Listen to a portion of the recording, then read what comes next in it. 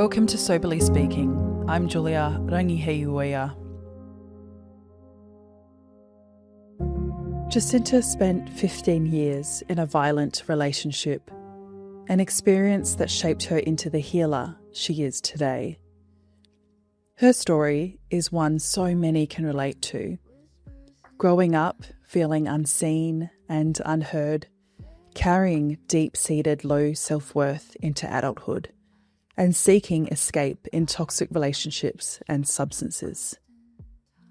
A recovering people pleaser, she once tried to return to drinking after a period of sobriety, only to end up sick over a toilet bowl, realising this wasn't the mother she wanted to be. Today, Justinta helps families heal, guiding parents and children toward deeper connection and understanding. Trigger warning, we discuss themes of substance abuse and domestic violence in this episode. I hope you love this chat with Jacinta.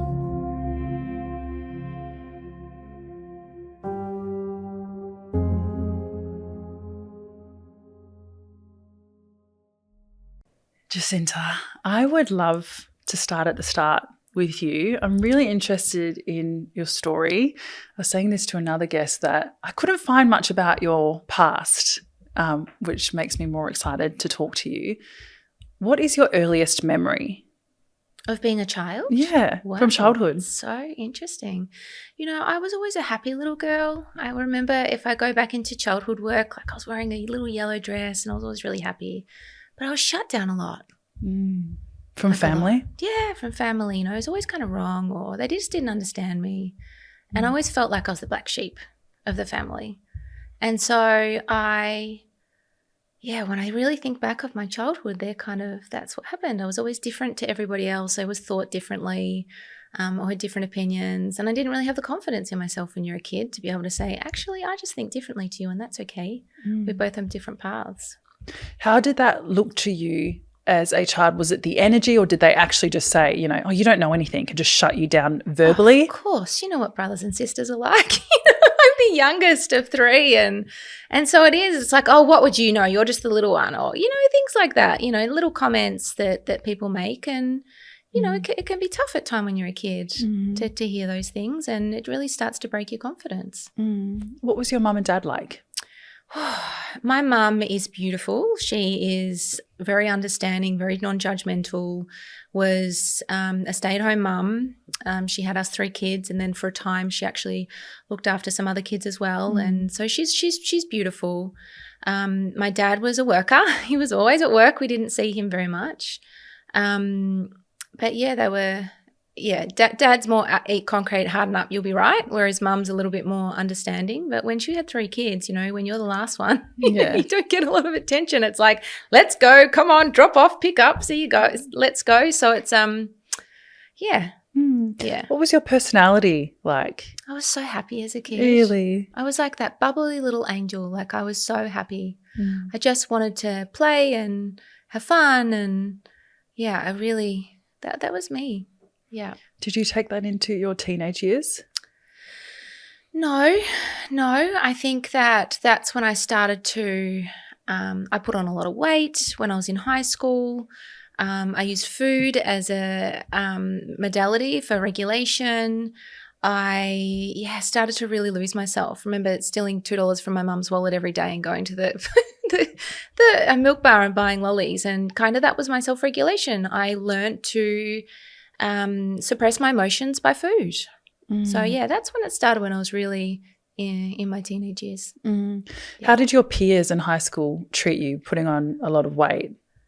I mean, that's a reflection of self, knowing the work that I've done now, but definitely not I was never the popular one, but I was always tall. You know, I'm 6'1", so I was always much taller than everybody else. And I think that that had its own complications. I would actually get my shoulders and I would like really scrouch down because I just didn't want to be that tall anymore. Like I just didn't want to stand out. I just wanted to kind of fade into the background. Yeah, because you're so tall and beautiful and blonde. And yeah, you're right. growing up in high school, because I'm obviously 5'10", when Jacintha walked in, I was like, oh my goodness, another tall girl.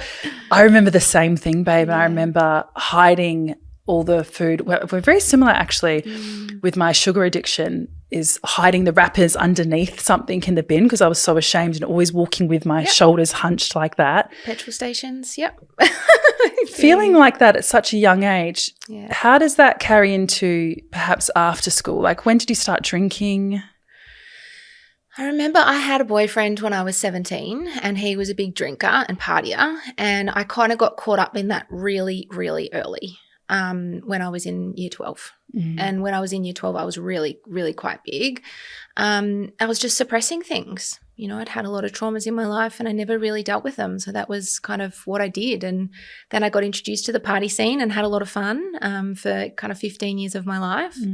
And I was in a relationship with that person for 15 years on and off. And Wow. it was abusive mentally, physically, emotionally. It was a lot. It was a lot looking back on that. And I was just a little girl that had no self-worth, didn't know who she was trying to find her place in the world. And I just wanted to save him. You know, he was so broken. I just wanted to be the person to save him. Did you meet him in high school? Yeah. He went to the same school as you? No, he was much older. Yeah. Me and a girlfriend, we dated 2 older men and we just thought we were so cool at the time, not really realising what we were getting caught up in. Yeah. What were the first red flags in that relationship, if you can remember back that far? I mean, there's so many. Oh, my goodness. He was extremely abusive. Like, he would pull me around the house by my hair. Like, we were in Thailand. He put a knife to my throat, told me he was going to kill me. Like, it was bad. It was really bad. And no one knew because I didn't want to make him look bad. So I just kept it all to myself. And there was many times like that. Driving in a car, he'd threatened to smash into a wall. But the problem is that I still went back so many times. You know, so many times I went back to that relationship, and it's because I was lost. You know, I just wanted to be loved. I was just a little girl that wanted to be loved. And, yeah, it was tough. Did you think he would end your life?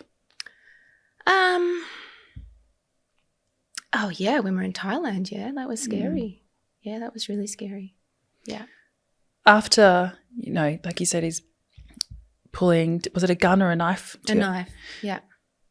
What did the days look like after that, after being abused, assaulted?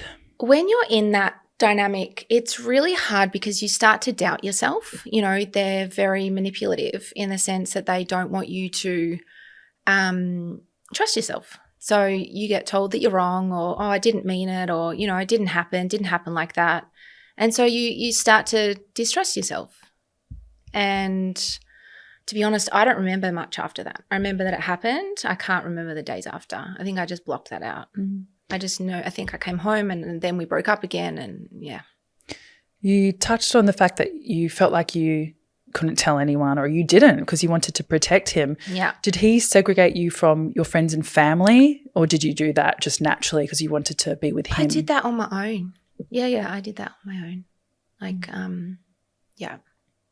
And was he still, or you guys together, taking drugs and drinking throughout this period? Yeah, we were partying a lot. Yeah, a lot. Did the violence escalate every time you took drugs, or, you know, when they say brown liquor makes people crazy?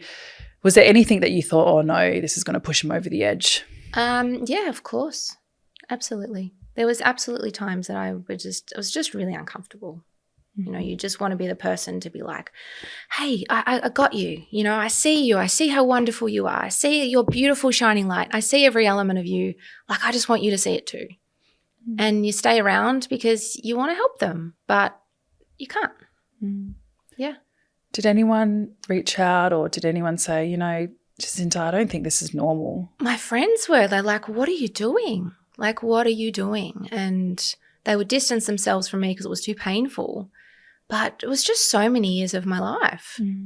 Yeah. Could they see right through him? Because I guess of course. They could? Yeah. Because, you know, often people, you meet abusers and they're so charming. They're so charming, and you think, oh, that person could never do that thing. Could your friends just they knew? Yeah. Really? Yeah. Not to the extent, because I'd never talk about it. Yeah. Did you have a child with him? No. Okay. No. I do want to get to that, but Yeah. when was the ultimate rock bottom for you during that relationship?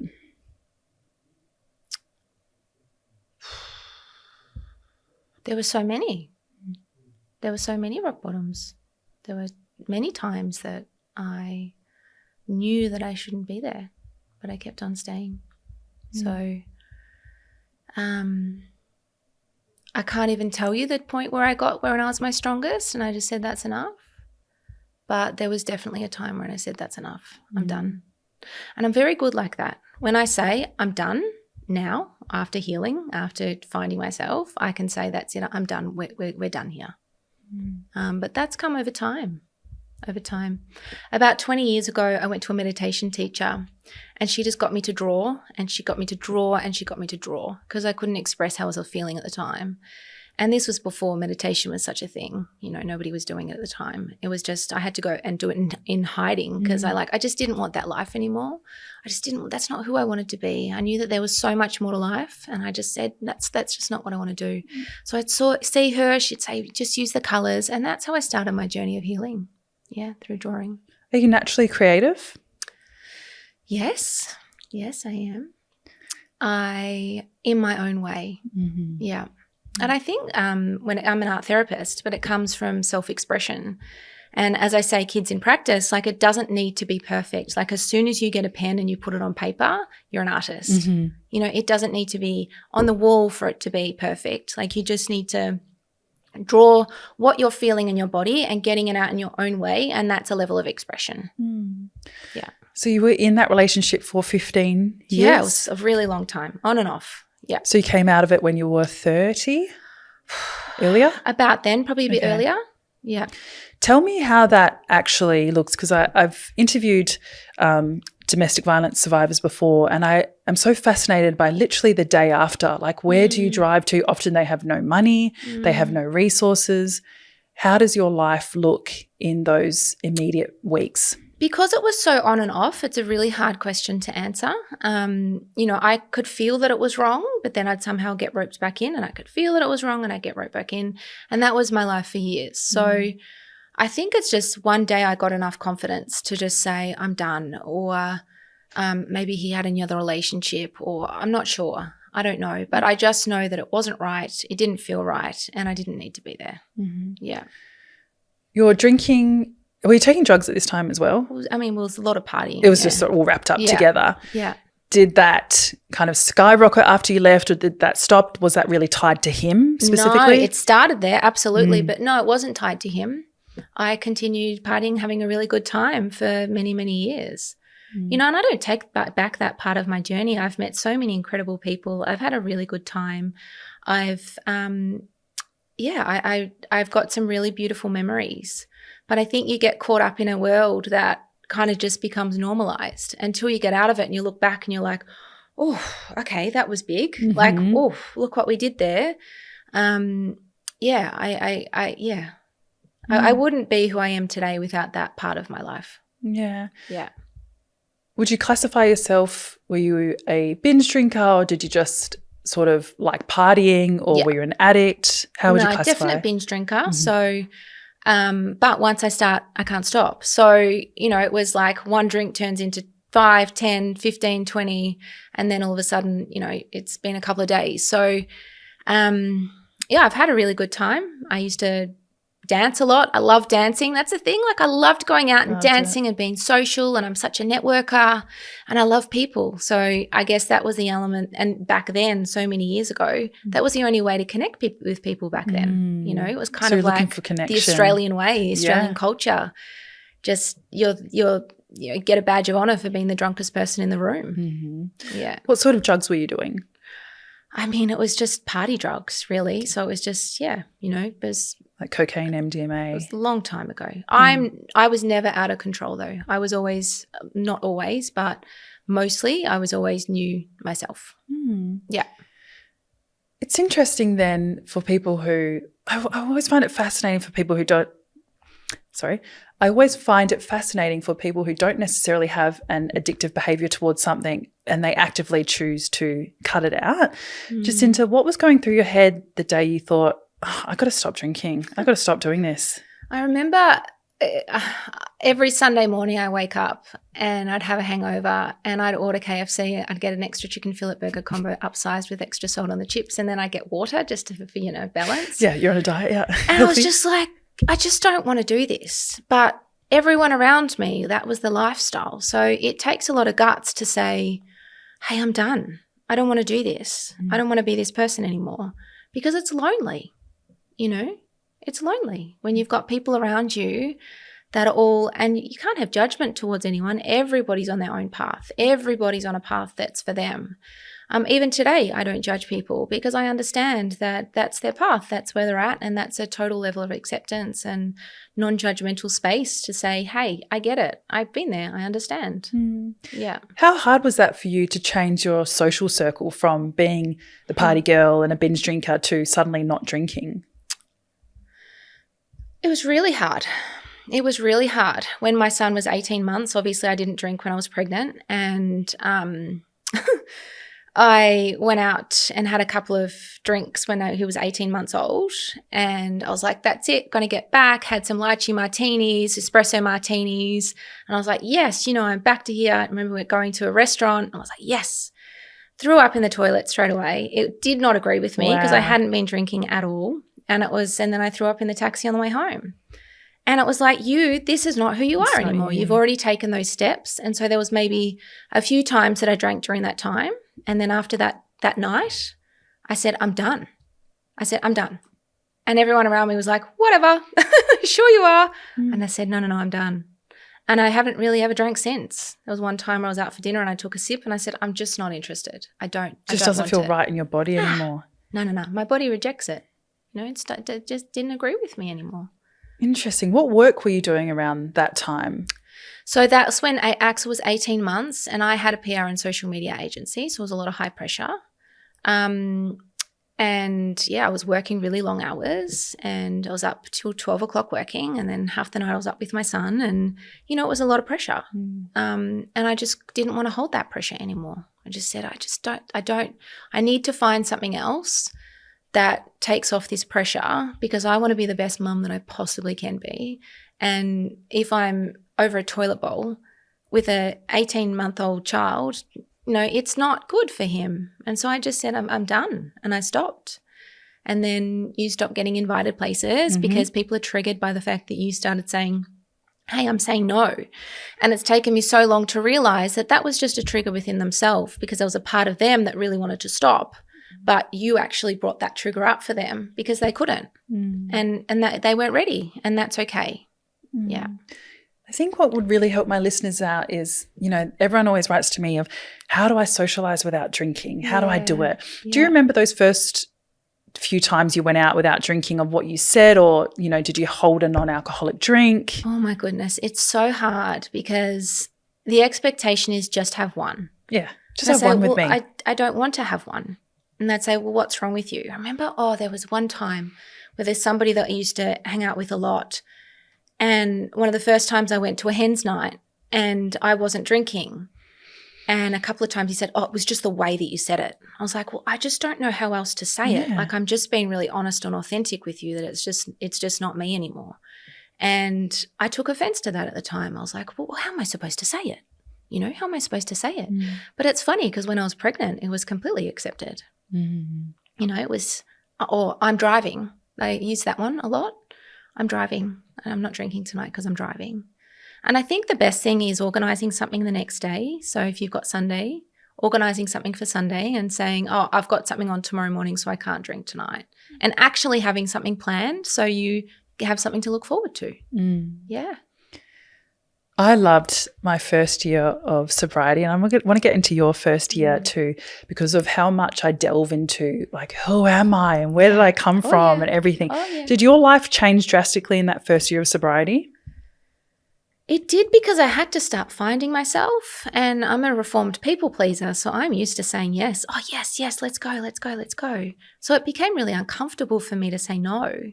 and find my voice. You know, most of my life I've been shut down. So I found it really hard to find my voice and say, no, I don't want to do that. It doesn't feel right for me. And so sometimes you just won't go if you feel uncomfortable, or you say that you're drinking the next, or you're driving, that you've got something on and you're driving. And that's kind of how I use that element. But it was a real self-discovery. Mm-hmm. I did an IIN, Integrative Nutrition and Holistic Health Coaching course, and I just learned so much more about myself. And yeah, that's the path that I went down. But nobody around me was kind of doing that much. A couple of friends, but not many. It is tough, but I think it's a really great opportunity to find yourself and find your voice and say, hey, you know, it's okay to say no. It's okay to put yourself first. It's okay to say, I don't want to do this because it doesn't make me feel good. Yeah. You hit the nail on the head. We are all such ex-people pleasers, right? A lot of people with addiction problems or with drinking problems, we want to be the yes man. We want to be the person who's bringing the bag, who's bringing the good time. Yeah. How do you even heal from being a people pleaser? I feel like you're the person to ask. It's a really good question. You learn to put yourself first, and that's really uncomfortable for many people, especially when you're a parent. You know, I say to people, and I'll ask you, who do you love most in the entire world? My mum came to that was like the first message I received was mum. And that's a really common answer. Someone in our family, our children. But what about you? Yeah. I didn't even think that would never have crossed my mind. Yeah, it's uncomfortable. Because we've grown up in a culture which says if you love yourself, you're full of yourself. Oh, you're so full of yourself if you love yourself. But you don't. If you don't exist, how can you love people around you? You should be the most important person in your life. And that's really hard because we're not. How did you get into the work that you're in now? I want to go down that because I just find it so fascinating. Yeah. So after I stopped drinking, I started IIN. So that was an Integrative Nutrition and Holistic Health Coach. I mean, could it be any longer? And then I started finding myself. I started finding what worked for me. I probably went a little bit too far with the pendulum and wanted everything to be perfect, no plastic bags. Yeah. It's like, I feel like I'm in that now. Yeah. So I went a little bit insane with all of those things. But I just learned so many things. I have been studying for 20 years. I've never stopped reading self-help books. Brene Brown, being authentic, vulnerability and shame, that's how I've grown up. You know, so for me to be authentic and raw with people is really natural. What I learned is that it's not natural for other people. It's really uncomfortable for them. So starting that journey, I just learned to honor myself. And then I started a website. At the time, it was Jacintha Ackerman, and I started writing. And through that writing, I learned more about myself, and I wrote articles about quitting drinking, and they were published all over the world. Like I was a contributor to Thrive Global for many, many years. And it was beautiful, you know. That's how I started expressing myself, through writing. And yeah, just learning as much as I could about me. And I started to isolate myself a little bit, not going out as much as I would have before, and just learning as much as I could about me, about what my triggers are, past experiences, obviously being in a domestic violent relationship, and starting to really heal from those elements and saying, how can I heal? You know, I did boxing for a time because I knew that got my aggression out. I then did yoga because I needed the softness. I needed the feminine to come in. I worked out ways that I could really, you know, find my soul. And I did that on my own, you know, like I had my communities, which was awesome, and I felt loved and, you know, like I belonged in them, and that's what I needed at the time. I needed to find my people because when you quit drinking, it's hard to find your people, you know. That community and also just that accountability is huge, right? Yeah. What's the main group of people you help today? So from there, sorry, I got a little bit off topic there, didn't I? So then when we separated, I studied to become a meditation teacher, breathwork coach, and that was starting to heal me. I was doing a sadhana practice. I did that for 12 months. So every day we'd have a sequence of yoga practices, whether that's pranayama, mantra, yoga practices, etc. And I did that for 12 months every single morning. And then the bit that was really hard was my son. He was struggling. He would throw bins around the house. He was jumping out of the car. He was running up the street. It was COVID. We separated and he started school all at the same time. And he was not okay. And I could see that and I could feel that for him. And I was like, you know, how can I help my own child? And so I will research as much as I possibly can to find a solution. And that's what I did with him. His name's Axel. And we started drawing circles. So I said to him, I'd ask, how are you feeling? You know, he was too young at the time. He was like 5 years old. And so we started drawing circles. And I'd say, can you just please put the face in the circle of how you're feeling? And he'd put sad, disappointed, upset. And I said, can you tell me a little bit more about why you're feeling sad, why you're feeling disappointed, why you're feeling upset? And what this did is it started to get him to connect to himself. And so if I say, hey, how you going? How are you doing? How are you? 5 years old, they don't know. They don't even know what an emotion is, but they know what a feeling is. You know, they know what sad, they know what that feeling is. And so then through that was how I got my son to start expressing himself. And then through other modalities, we did a lot of breathwork practices then. You know, there's a lot of yoga. We do a lot of dance, a lot of those different things. Through food. Food is massive for me as well, making sure that we really nourished our soul. And then I just researched as much as I could to help him. And then during COVID, I saw that kids couldn't gain access to psychologists. There's a 6 to 12 month wait. And here I am, like knowing everything that I'm doing with my son, going, hey, but I can be of service. I've got 20 years of healing. And it's not just children, it's parents as well that need healing. So then I studied to become a family and child counsellor, art therapist. I've studied play therapy. And I did all of that during COVID. So while we're moving, separating, you know, I was studying to learn to be able to support and help people, because that's my soul. You know, if you said, what's my mission statement? It's live life with integrity and make a difference in the life of others. It's always been like that. So then I had a private practice in Torquay for 4 years, and I learnt the pain points that children and parents have faced, and I loved it. You know, it was beautiful to be able to connect to kids and really just see them wholeheartedly for who they are. You know, no judgment around it. Just the opening line I'd say is, I want every part of you in here. Like every part of you is welcome, because our emotions are emotions. You know, we feel every single one of them. We don't want to feel the harder emotions, but that's what makes us whole. So I teach kids that it's okay to be sad, and it's okay to be angry, and it's okay to be disappointed, because this is part of who we are. And it's okay, you know. And I teach parents that they're just feeling an emotion. A tantrum is a big emotional release in their body that they need to get out.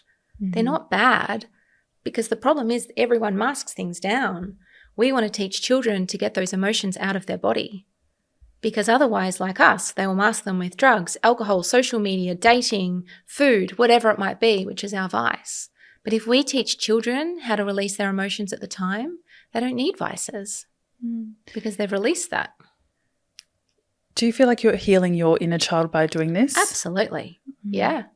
When we moved to Torquay, and it was always on the cards, we put him down in a school years before I moved, and I needed to be near the beach. Like my soul needed so much healing, like so much healing from everything that I had been through in my life. I really needed to find myself. I needed to find out who I was. I needed to set boundaries. I needed to stand up for myself. Every time I'd feel disempowered, I imagine like Wonder Woman, like I go into that energy, and I'll send that to friends, family, clients as well. As when you're feeling disempowered, put yourself in that energy of feeling empowered, because that's what we need, is that empowerment within self. And I had to find myself, you know. My journey wasn't about finding someone else. It was about finding myself. Back on your story, isn't it so interesting that you connected with your son through art therapy essentially, and that's what someone used on you all those years ago? Yeah. How soon was it when you started doing art therapy with your son that it really clicked for him, or how soon did you feel connected to him?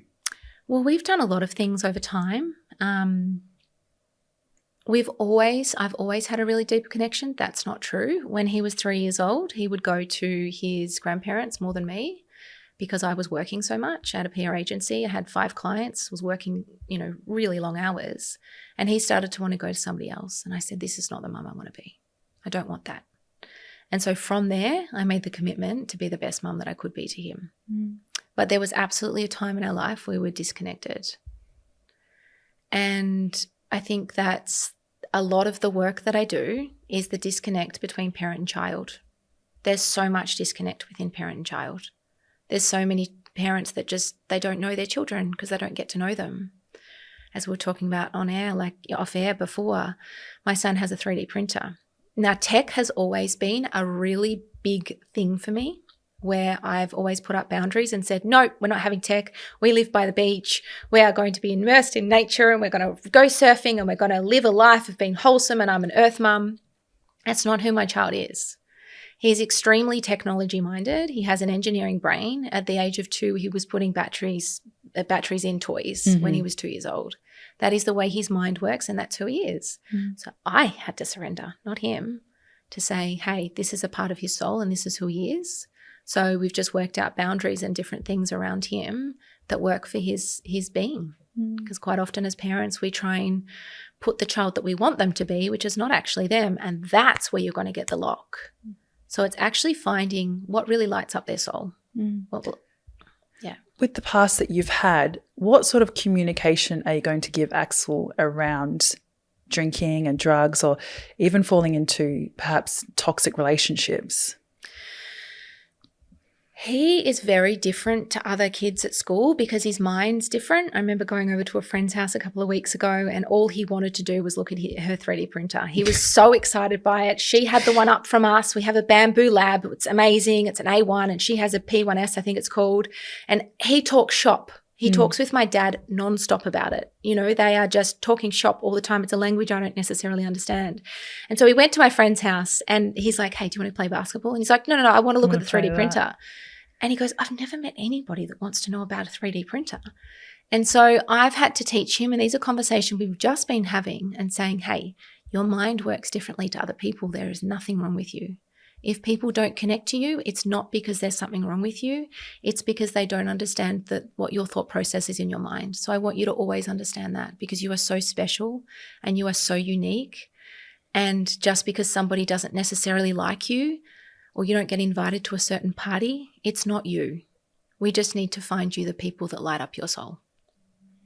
How does he react to that as a young child, hearing his mum always affirm and, you know, you openly love your child? And this is from someone who, you know, we grew up with parents who, you know, didn't have time for us, all of that. Like, how does he actually react to that in real time? It's normalized. This is how we talk all the time. You know, sometimes he'll say to me, I don't want to talk about feelings, Mummy. And I said, that's okay, mate. You got boundaries. I got it. I get it. But then other times he will express to me how he's feeling, because I've given him that safe space. Because this is where it starts, yeah. If we trust our kids and give them a little bit of freedom with boundaries, of course, and we have an open space for them, and we're able to say to them, hey, I've got your back 100%. I want you to come to me. If something's wrong, I want you to come to me, and I want you to talk to me about it. And so when they get older and they start testing boundaries and they go for things like drugs and alcohol, they can come home and say, I had a drink tonight. And I say to him, this is my instant response for everything he says to me still now. Hey, thanks so much for telling me. Thanks so much for being honest with me. And so having that beautiful response is just so welcoming that he knows he's not going to get in trouble. And so even with his friends, I have that open conversation with them. Like if they're, you know, telling a few porkies and things, I'll always say, hey, Ax and I have got an open relationship where we're really honest with each other. And so then that helps them to be honest with their parents too. Jacintha, this will be my last question from this amazing interview.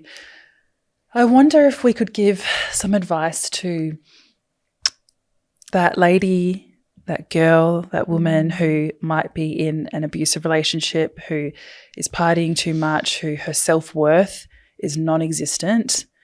What advice, if you could rewind the clock, would you go back and give her? That you are enough, and to trust yourself, because you're right. Whatever you're feeling inside is completely and utterly valid. Don't let other people tell you that it's not, because it is. And to really show up as your best self, and that everything's going to be okay. Thank you so much for coming on Soberly Speaking. Welcome. Thanks for having me.